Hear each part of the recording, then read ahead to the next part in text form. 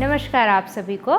मैं डॉक्टर स्मिता रानी भारदिया स्वयं के course environmental studies, pollution, climate change and safety management में आप सभी का स्वागत करती हूँ। आज के लेक्चर में हम पढ़ेंगे how to measures and control of hazard.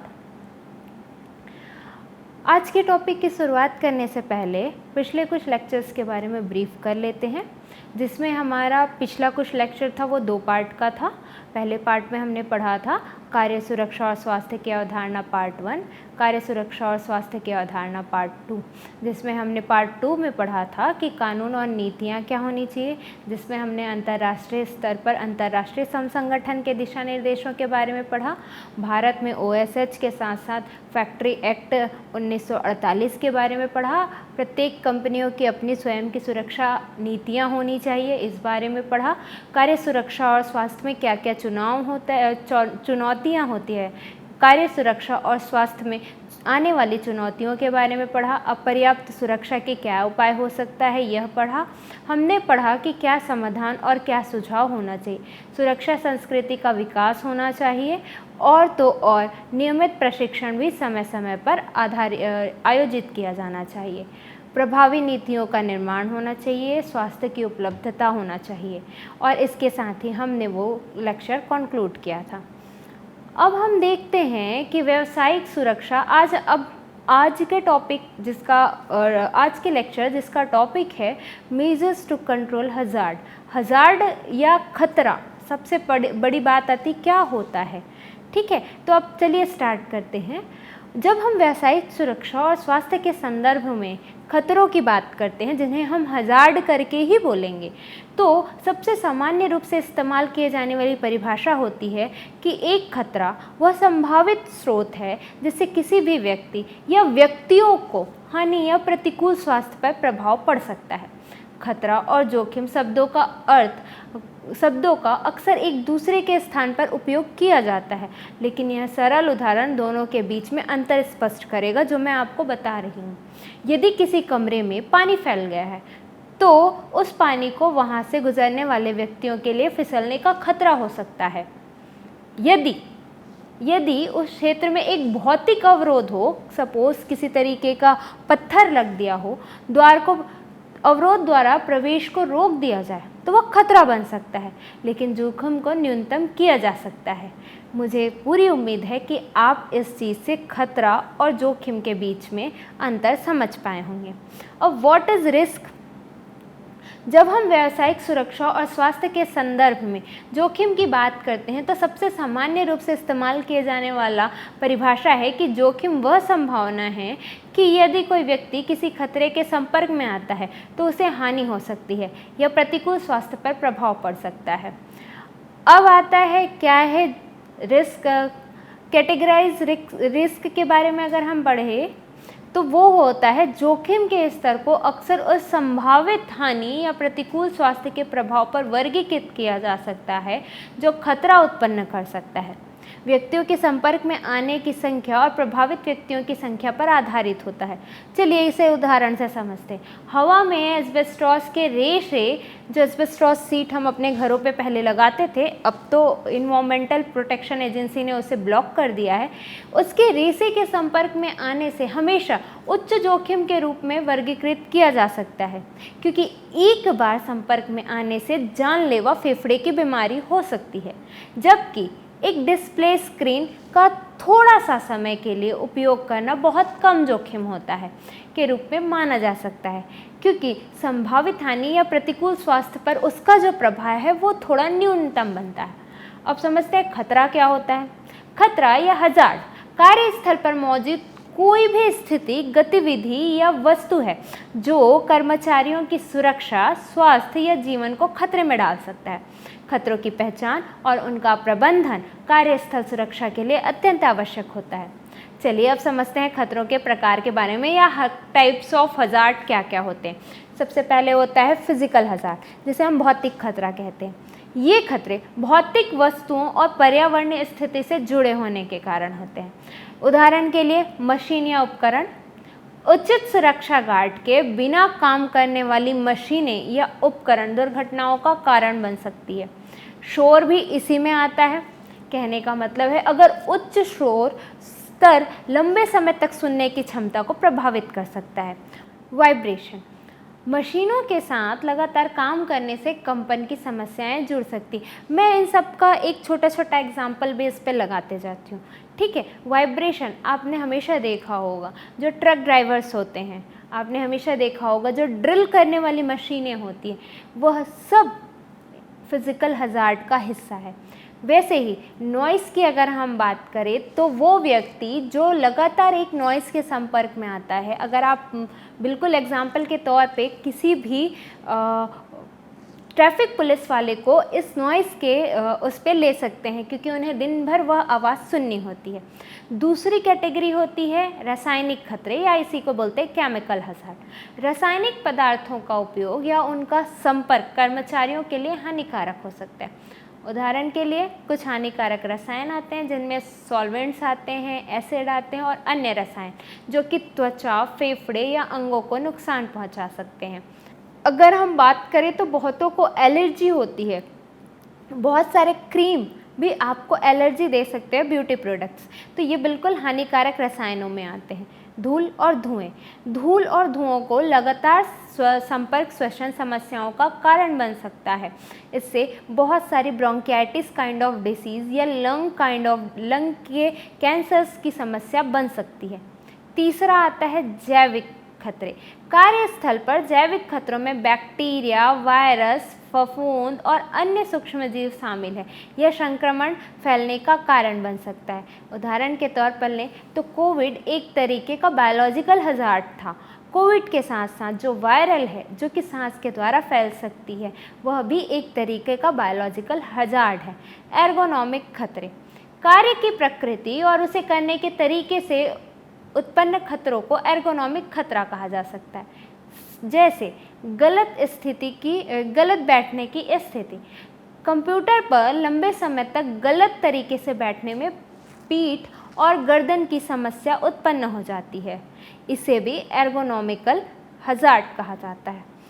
भारी भार उठाना, सही तकनीक के बिना भारी भार उठाने से पीठ और मांसपेशियों की हड्डियों को नुकसान पहुंच जाता है, यह भी एर्गोनॉमिकल हज़ार्ड का एक हिस्सा है।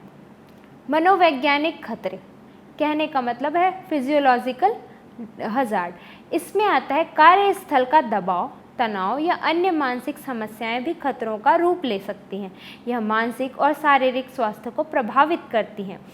अभी इसे समझने का एक तरीका है कि अगर आपके पास काम बहुत ज़्यादा है और आप काम बहुत ज़्यादा होने के कारण आप स्ट्रेस लेते हैं, आपके हार्ट अटैक आते हैं, ये सब कहीं ना कहीं फिजियोलॉजिकल हज़ार्ड का एक पार्ट है। ऑल्दो फिजियोलॉजिकल हज़ार्ड में यह भी आता है कि आप कभी बीमारी का बहाना लगाकर छुट्टी मार देते हैं।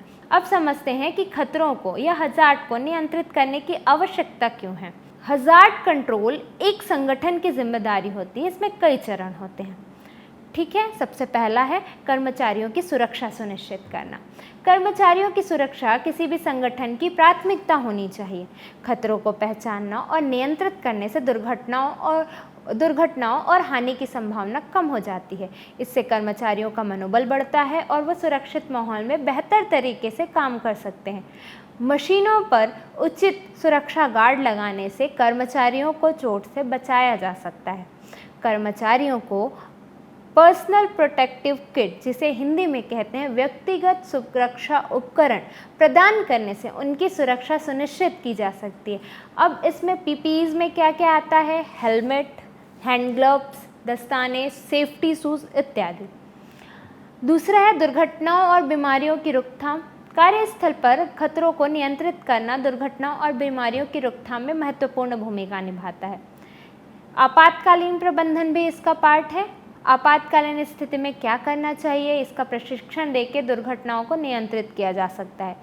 कर्मचारियों की नियमित स्वास्थ्य जांच कराकर बीमारियों का समय रहते पता लगाया जा सकता है और उनका इलाज किया जा सकता है। रेगुलर हेल्थ चेकअप, यह बहुत ज़रूरी होती है क्योंकि कुछ समस्याएं समय रहते समझ नहीं आती। उत्पादकता में सुधार, एक सुरक्षित और स्वस्थ कार्यस्थल कर्मचारियों की उत्पादकता को बढ़ाता है। जब कर्मचारी सुरक्षित और स्वस्थ महसूस करते हैं तो वो अपने कार्य को अधिक कुशलता और प्रभावी ढंग से पूरा कर पाते हैं। जब कर्मचारी मानसिक और शारीरिक रूप से स्वस्थ होते हैं तो उनकी कार्य क्षमता बढ़ती है, जिससे संगठन की समग्र प्रोडक्टिविटी में इन्हांसमेंट होता है। कर्मचारियों को सुरक्षा के माध्यम से के बारे में प्रशिक्षित और जागरूक करने से उनकी कार्य क्षमता में सुधार होता है, जिससे वे अधिक सुरक्षित और प्रभावी तरीके से काम कर सकते हैं। कानूनी दायरों को भी पूरा करना ही चाहिए। संगठन के लिए कानून, नियमों और मानकों का पालन करना आवश्यक है।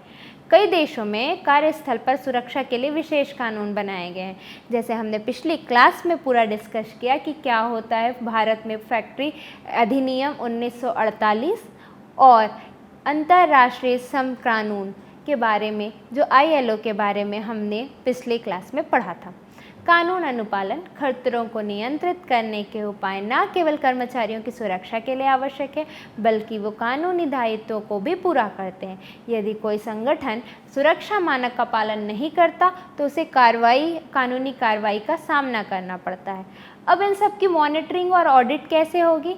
कार्यस्थल पर खतरों की पहचान और नियंत्रण के लिए नियमित मॉनिटरिंग और ऑडिटिंग करना जरूरी है। अनुपालन की स्थिति सुनिश्चित करना और संभावित खतरों को समय रहते नियंत्रित किया जा सकता है। खतरों को नियंत्रित करना संगठन की जिम्मेदारी होती है। इसके लिए खतरों की पहचान, उनका मूल्यांकन और नियंत्रण के उपाय अपनाना आवश्यक है। इससे न केवल कर्मचारियों की सुरक्षा सुनिश्चित होती है, बल्कि संगठन की उत्पादकता, कानूनी अनुपालन और समग्र सफलता में भी वृद्धि आती है। व्यावसायिक सुरक्षा में खतरों के विभिन्न प्रकार हैं, जैसे ऑक्यूपेशनल सेफ्टी के क्षेत्र में खतरों की पहचान करना और उन्हें नियंत्रित करना बहुत महत्वपूर्ण है। विभिन्न प्रकार के खतरे कार्यस्थल पर मौजूद हो सकते हैं, जो कर्मचारियों की सुरक्षा, स्वास्थ्य और कल्याण को प्रभावित कर सकते हैं, जिसे हम बिल्कुल छोटे छोटे पार्ट्स में पढ़े हैं, जो टाइप्स ऑफ हज़ार्ड थे। अब हम इन्हें थोड़ा इलाबरेट करके पढ़ते हैं। सबसे पहले समझिए क्या होता है फिज़िकल हज़ार्ड। मैंने जैसा बताया कि फिज़िकल हज़ार्ड वे खतरे होते हैं जो अपनी भौतिक विशेषताओं के कारण कर्मचारियों के शरीर को नुकसान पहुंचाते हैं। ये खतरे अक्सर किसी भी कार्यस्थल पर मौजूद होते हैं, खासकर उन जगहों पर जहां भारी मशीनरी, उच्च तापमान या विद्युत उपकरणों का उपयोग होता है। चलिए धीरे धीरे इसे समझते हैं। जिन जगहों पर हाई वोल्टेज का काम होता है, फिज़िकल हज़ार्ड की संभावना वहाँ होती है। विद्युत उपकरणों के साथ काम करते समय उच्च वोल्टेज के संपर्क में आने से खतरा हो सकता है। यह इलेक्ट्रोक्यूशन यानी विद्युत का झटका का कारण बन सकता है, जिससे गंभीर चोट और मृत्यु भी हो सकती है। इलेक्ट्रिसिटी डिपार्टमेंट में या किसी भी तरीके के इंस्ट्रूमेंट में जिसमें इलेक्ट्रिसिटी लगती है, यह करते हुए जो भी कर्मचारी हैं वह अक्सर इस तरीके से हज़ार्ड का सामना करते हैं। दूसरा, हाई टेम्परेचर। उच्च तापमान वाली जगहों पर काम करना, जैसे कि धातु उद्योग या रसोई, कर्मचारियों को जलाने या हीट स्ट्रोक का शिकार बना सकते हैं। यह लंबे समय तक त्वचा और आंतरिक अंगों को नुकसान पहुंचाया जा सकता है। अत्यधिक तापमान में मेनली ब्लास्ट फर्नेस या जो भी मेटलर्जी ऑफ अवर मेटल्स होते हैं वो आते हैं। अगला है फायर या आग लगने की स्थिति में कार्यस्थल पर मौजूद कर्मचारी गंभीर रूप से घायल हो सकते हैं। फायर की वजह से धुएं से दम घुटने और जलने और संपत्ति का नुकसान हो सकता है। समझते हैं, फायर भी 3 टाइप के होते हैं। जब फायर से जो हमको हज़ार्ड होता है वो 3 टाइप के हज़ार्ड होते हैं और तीनों टाइप के हज़ार्ड आपको स्क्रीन पे दिखे हुए मिल रहे हैं। Primary, first degree burn, second degree burn and third degree burn. विद्युत के खतरों से भी इन 3 तरह का बर्न हो सकता है, जो कि फिजिकल हज़ार्ड का पार्ट है। अगला है एक्सीडेंट। फिसलना, गिरना या भारी वस्तुओं के उठाने से होने वाले अपघात भी भौतिक खतरों में शामिल होता है। इससे हड्डी टूटना, काटने या मस्तिष्क की चोट लगने की संभावना बढ़ी होती है। चलिए इसके बारे में थोड़ा समझते हैं। अगर कोई मिल मशीन पे या मिल फैक्ट्री पे आप काम करते करते आपके हाथ पैर कट जाते हैं, या किसी भी शार्प वस्तु से आप काम कर रहे हैं और वह वस्तु आपके हाथ या पैर या शरीर के किसी भी अंग को प्रभावित करती, तो यह फिजिकल हजार्ड कहलाती है। कई बार क्रेन का गिर जाना, ट्रेन का अचानक आ जाना जिसमें पटरियों पर काम करते हैं लोग, और तो और बड़ी बड़ी मशीनों का गिर जाना। आप सहज रूप से भी सोच सकते हैं, अगर आप एक कमरे से एक स्थान से दूसरे स्थान तक किसी भारी वस्तु को ले जा रहे हैं और आपका पैर फिसल गया और आप गिर गए, वो भी फिजिकल हजार्ड का एक पार्ट है। अगला है अवसादिक वातावरण या डिप्रेसिव एटमॉस्फेयर। कम ऑक्सीजन वाले स्थान पर काम करना, जैसे कि खदान या पानी के नीचे के कार्य शारीरिक थकावट और बेहोशी का कारण बन सकते हैं। इसमें मैं थोड़ा सा और बताना चाहूँगी। खदानों पे काम करने वाले व्यक्ति को फिजिकल हजार्ड के साथ साथ केमिकल हजार्ड का भी सामना करना पड़ता है। जब आप माइंस पे काम करते हैं तो आप ऐसी जगहों पे जाते हैं जहाँ पे ऑक्सीजन कम होता है। कई बार पानी के नीचे जाके या सीवेज को भी अगर आपको साफ़ करना होता है या सीवेज को भी कोई कार्यकारी व्यक्ति साफ़ करता है, तो यह सब इस हजार्ड का हिस्सा होती है। अब सेकंड और मोस्ट हजार्ड है केमिकल हजार्ड। रासायनिक खतरे उन परिस्थितियों को दर्शाते हैं जिनमें रसायनों का उपयोग या संपर्क कर्मचारियों के स्वास्थ्य के लिए हानिकारक हो सकता है। रासायनिक खतरों का प्रभाव अक्सर दीर्घकालिक होता है और इससे जुड़ी बीमारियां समय के साथ विकसित हो सकती है। सबसे पहला टॉक्सिक गैसेस जैसे कार्बन मोनोऑक्साइड, क्लोरीन, अमोनिया जैसी जहरीली गैसें सांस के जरिए शरीर में प्रवेश करती हैं और ये गैसें श्वसन तंत्र तथा रक्त प्रणाली और अन्य अंगों को गंभीर रूप से प्रभावित कर देती है। अनस्टेबल केमिकल, कुछ रसायन जैसे पेरोक्साइड या हाइड्रोजन अत्यधिक अस्थिर होते हैं और हल्के झटके या तापमान परिवर्तन के कारण वे विस्फोट कर सकते हैं। इससे न केवल कार्यस्थल पर मौजूद लोगों को चोट लगती है बल्कि बड़े पैमाने पर संपत्ति का भी नुकसान होता है। केमिकल हजार्ड बेसिकली हमारे फर्टिलाइज़र, इंसेक्टिसाइड्स की कंपनियों में पाया जाता है। हाई एटमॉस्फेरिक प्रेशर, अत्यधिक उच्च दबाव वाले स्थानों में काम करना, जैसे कि रासायनिक टैंक या पाइपलाइन में, कर्मचारियों के लिए खतरनाक हो सकता है। दबाव के अचानक बदलाव से शरीर के अंगों में गंभीर चोट आती है, जैसे कि कानों के पर्दे फट जाना या रक्त वाहिनियों का फट जाना। यह सब केमिकल हजार्ड का पार्ट होता है। केमिकल हजार्ड के पार्ट में आप ये भी ले सकते हैं कि जब आप किसी पावर प्लांट पे काम करते हैं तो वहाँ से निकलने वाला कार्बन मोनोऑक्साइड बहुत ज़्यादा जहरीली गैस होता है। अगर आप किसी माइंस इंडस्ट्री में भी काम कर रहे हैं तो उससे निकलने वाला नेचुरल गैस भी आपके लिए बहुत ज़्यादा हानिकारक हो सकता है। और ये सब आते हैं बायोलॉजिकल हजार्ड में। और तो और केमिकल हजार्ड में वो पार्ट भी आते हैं कि जब आपका फर्टिलाइज़र की इंडस्ट्री हो, इंसेक्टिसाइड्स की इंडस्ट्री हो, और तो और फार्मा कंपनी, आपके बहुत सारे कंपनियों में जिनमें केमिकल्स यूज़ होता है, वहाँ के वर्कर्स के लिए केमिकल हजार्ड का खतरा बना रहता है। बायोलॉजिकल हजार्ड या जैविक खतरे। जैविक खतरे उन सूक्ष्म जीवों, जानवरों और पौधों से संबंधित होता है जो संक्रमण, बीमारियों अथवा एलर्जी का कारण बन सकता है। ये खतरे मुख्य रूप से स्वास्थ्य सेवा, कृषि और खाद्य उद्योग में पाए जाते हैं। बैक्टीरिया की बात करें तो अस्वच्छ परिस्थितियों में काम करने से, जैसे कि अस्पताल या फूड प्रोसेसिंग इंडस्ट्री, कर्मचारियों को जीवाणु संक्रमण का खतरा बना सकता है। ट्यूबरकुलोसिस, साल्मोनेला जैसे बैक्टीरिया जनित बीमारी हो सकती है। वायरसेस, हेपेटाइटिस बी, कोविड-19 एंड फ्लू, जो हम बोलते हैं वायरल, जैसे वायरस के संपर्क में आने से स्वस्थ कर्मचारियों के लिए बड़ा खतरा हो सकता है। ये वायरस तेज़ी से फैलते और बड़े पैमानों पर बीमारियों का कारण बनते हैं। फंजाई या फफूंद, सीलन भरे स्थान में काम करने वाले कर्मचारी फफूंद जनित बीमारियों का शिकार हो सकते हैं। यह बीमारी श्वसन तंत्र को प्रभावित करती है और एलर्जी का कारण बन सकती है। बायोलॉजिकल कंटामिनेशन, खाद्य उत्पादन और प्रसंस्करण में खाद्य पदार्थों में भौतिक संदूषण का खतरा बना होता है। यह कर्मचारियों और उपभोक्ताओं दोनों के लिए स्वास्थ्य खतरे पैदा करता है। एर्गोनॉमिकल हजार्ड या यांत्रिक खतरे। यांत्रिक खतरे उन खतरों को संदर्भित करता है जो काम करने के तरीके, बैठने के तरीके और शारीरिक बल के असंतुलन से उत्पन्न होते हैं। ये खतरे कर्मचारियों के शारीरिक स्वास्थ्य को प्रभावित कर सकते हैं, खासकर उन जगहों पर जहां निरंतर और दोहरावार कार्य होता है। पहला, इम्प्रॉपर सिटिंग पोस्चर। कंप्यूटर पर लगातार बैठकर काम करने वाले कर्मचारियों को गलत तरीके से बैठने के कारण पीठ और गर्दन में दर्द हो सकता है, जिससे रीढ़ की हड्डी और मांसपेशियों में स्थायी क्षति हो सकती है। लिफ्टिंग हैवी लोड्स, कहने का मतलब भारी सामान उठाना।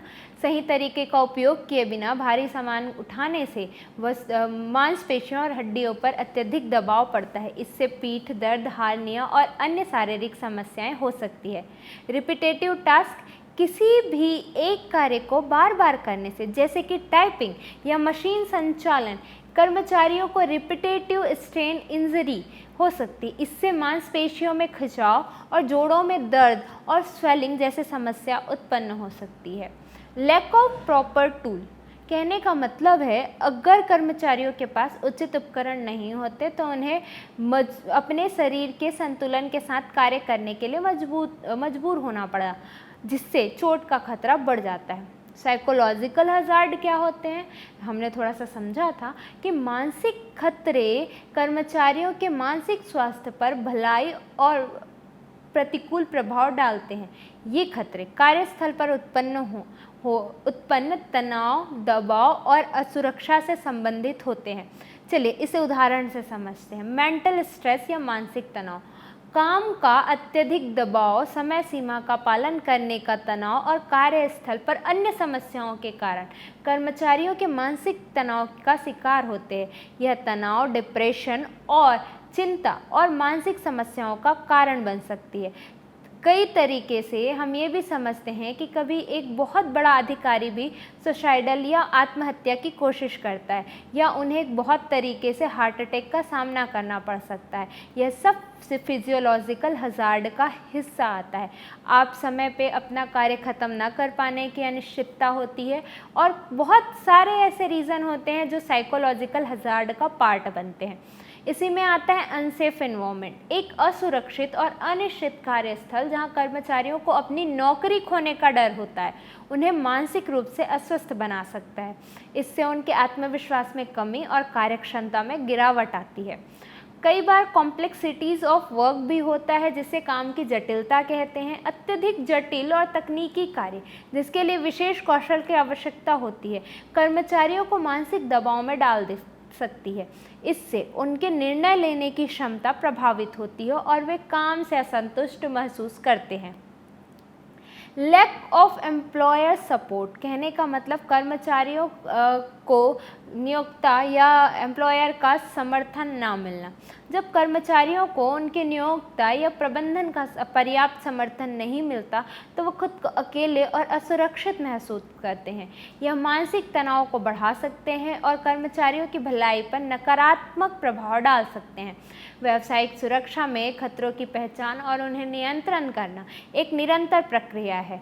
कार्यस्थल पर खतरों के विभिन्न प्रकार मौजूद हो सकते हैं और हर खतरों को सही तरीके से पहचानना और इसके लिए उचित उपाय करना आवश्यक है। इससे न केवल कर्मचारियों की सुरक्षा और स्वास्थ्य सुनिश्चित होती है, बल्कि संगठन की उत्पादकता और साख में भी वृद्धि होती है।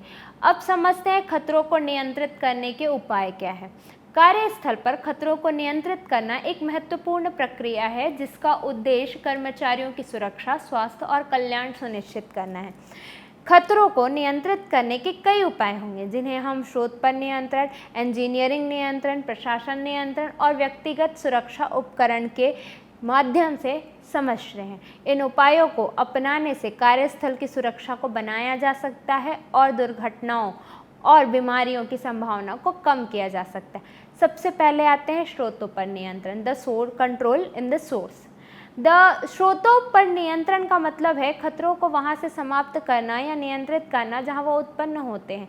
यह सबसे प्रभावी और प्राथमिक कदम होता है, क्योंकि खतरों को पूरी तरह से समाप्त करना या कम करने का प्रयास करना दूसरा है खतरों को समाप्त करना, elimination of hazard.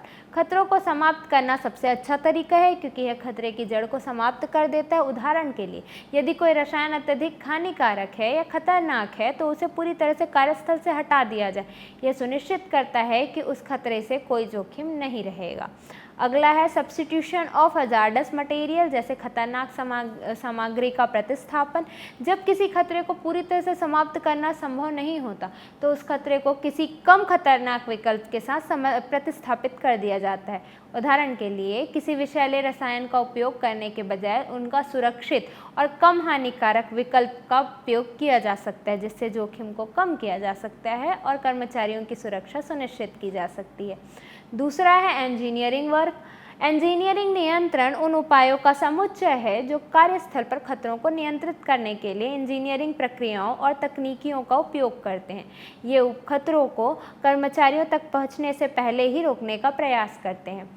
Installation of safety guard on machine, या मशीनों पर सुरक्षा का गार्ड लगा देना। मशीनों पर सुरक्षा गार्ड लगाने से दुर्घटनाओं को रोका जा सकता है। सुरक्षा गार्ड मशीन के खतरनाक हिस्सों को ढकते हैं जिससे कर्मचारियों का सीधा संपर्क कम हो जाता है। उदाहरण के लिए कटिंग मशीन पर सुरक्षा गार्ड लगाने से कर्मचारियों के कटने या चोट लगने का खतरा कम होता है।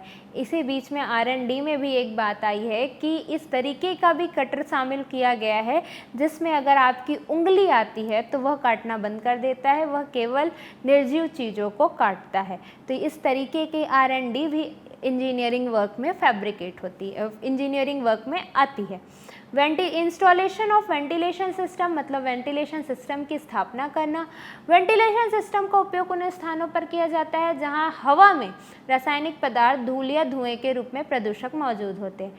सही वेंटिलेशन सिस्टम लगाने से इन हानिकारक पदार्थों को कार्यस्थल से बाहर निकाला जा सकता है जिससे कर्मचारियों के लिए सुरक्षित वातावरण बनाया जा सके। उदाहरण के लिए रासायनिक प्रयोगशाला में वेंटिलेशन का उपयोग वाष्पशील रासायनिक हानिकारकों के प्रभाव को कम कर सकता है। एडमिनिस्ट्रेटिव कंट्रोल, प्रशासन नियंत्रण में उन नीतियों और प्रतिक्रियाओं और दिशा निर्देशों का उपयोग किया जाता है जो खतरों को नियंत्रित करने, कर्मचारियों को सुरक्षित करने के लिए बनाए जाते हैं। मैनेजिंग द वर्क आवर, कर्मचारियों के समय का सही प्रबंधन करना प्रशासनिक नियंत्रण का एक महत्वपूर्ण हिस्सा है। अत्यधिक कार्य का बोझ या लंबे समय तक काम करने से कर्मचारियों में थकावट और तनाव बढ़ जाता है। इससे दुर्घटनाओं की संभावना बढ़ जाती है। शिफ्टों का सही ढंग से प्रबंधन करके कर्मचारियों को पर्याप्त आराम देना चाहिए जिससे उनकी कार्य क्षमता में सुधार और सुरक्षा में भी सुधार हो सके। रेगुलर ट्रेनिंग और अवेयरनेस प्रोग्राम, नियमित प्रशिक्षण और जागरूकता का कार्यक्रम होना चाहिए। उन्हें प्रदान करना चाहिए, उन कर्मचारियों को प्रशिक्षित करना चाहिए तथा प्रशासनिक नियंत्रण का यह भी एक हिस्सा है। प्रशिक्षण से कर्मचारियों को खतरों की पहचान करना, उसे बचाना, आपातकालीन स्थिति में सही कदम उठाने की जानकारी मिलती है। इसके अलावा जागरूकता कार्यक्रमों से कर्मचारियों को नई तकनीकियों, नीतियों और सुरक्षा उपायों के बारे में अपग्रेड किया जा सकता है। अगला है व्यक्तिगत सुरक्षा उपकरण, जिसके बारे में थोड़ी देर पहले हमने बताया था। पीपीई उन उपकरणों का उपयोग है जो कर्मचारियों को कार्यस्थल पर खतरों से बचाने के लिए प्रदान किया जाता है। पीपीई का उपयोग उन स्थितियों में किया जाता है जहां स्रोतों पर नियंत्रण, इंजीनियरिंग नियंत्रण या प्रशासनिक नियंत्रण नहीं होता। इसमें आता है हेलमेट, मास्क, सुरक्षा और दस्ताने। पीपीई में विभिन्न प्रकार के उपकरण शामिल हैं जो कि किसी भी कर्मचारी को भौतिक, रासायनिक, जैविक तथा यांत्रिक खतरों से बचाया जा सकता है। उदाहरण के लिए हेलमेट हम जैसा कि सब जानते हैं सिर की सेफ्टी या सिर में गिरने वाले वस्तुओं से बचाता है। दस्ताने हाथों को रासायनिक या भौतिक खतरों से बचाता है। मास्क हानिकारक धूल, धुएं और रासायनिक वाष्प से सांस लेने में सुरक्षा करता है। सेफ्टी शूज पैरों में गिरने वाले भारी वस्तुओं या तेज धारदार वस्तुओं से बचने के लिए काम करता है। पीपीई का सही उपयोग सुनिश्चित करना, पीपीई का सही तरीके से उपयोग करना उतना ही महत्वपूर्ण है जितना कि उनका उपलब्ध होना। कर्मचारियों को पीपीई का सही उपयोग करने का प्रशिक्षण देना अनिवार्य है, जैसे कि हेलमेट को सही तरीके से पहनना, दस्तानों को उचित रूप से उपयोग करना, मास्क का सही ढंग से फिट होना, इसके अलावा पीपीई का नियमित जांच और रखरखाव भी आवश्यक है ताकि यह सुनिश्चित किया जा सके वह सही स्थिति में प्रभावी रूप से कार्य करेंगे या नहीं। कार्यस्थल पर खतरों को नियंत्रित करने के लिए विभिन्न उपायों का उपयोग किया जा सकता है, जिसमें स्रोत पर नियंत्रण, इंजीनियरिंग नियंत्रण, प्रशासनिक नियंत्रण और पीपीई का उपयोग शामिल है, जैसा कि हमने अभी पढ़ा। धन्यवाद आप सभी का। अगली कक्षा में हम देखेंगे कि जनरल वर्किंग इन्वायरमेंट कहने का मतलब है कि कार्यस्थल पर कैसा वर्किंग पर्यावरण होना चाहिए या कैसा वर्किंग वातावरण होना चाहिए जिससे किसी भी कर्मचारी को किसी प्रकार की असुरक्षा महसूस ना हो। धन्यवाद।